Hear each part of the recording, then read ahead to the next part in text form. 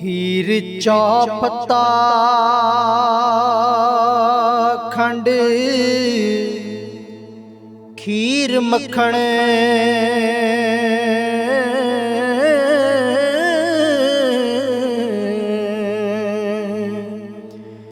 मैं रांझे दे पास लदांदी है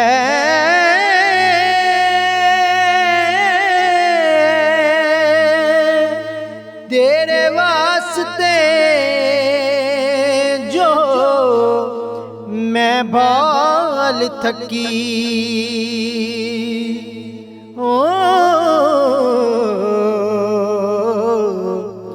रो रो अपना हाल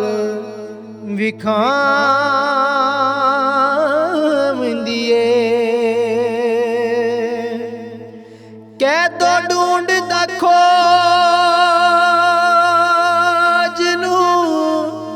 फिरे भोंदा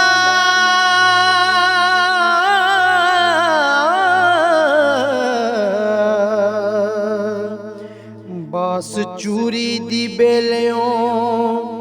आंदी है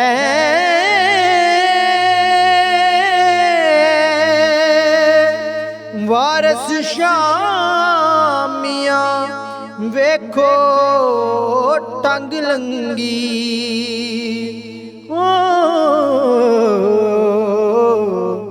शैतान दी कला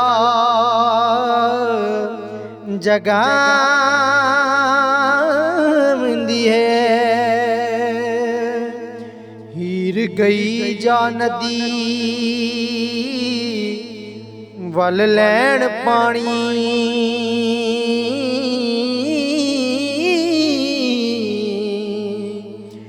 कह दो आन के मुख दिखांदा ए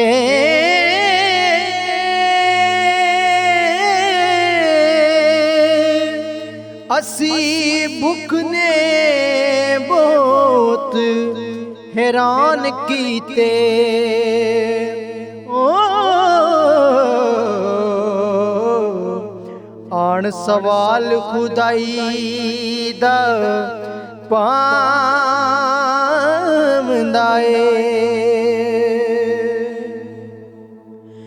रांझे रुग पर के दिती चाचूरी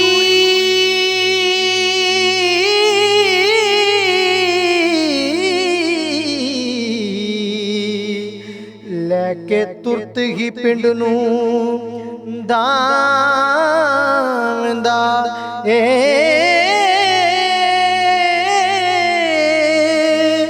रांझा हीर नूं पुछदा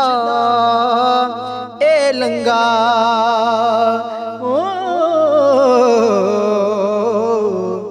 हीरे कौन फकीर किस थां दाए वारस शाह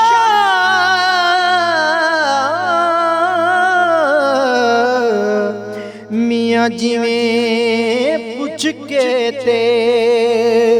हो कोई उपरों लूण चलांदा ए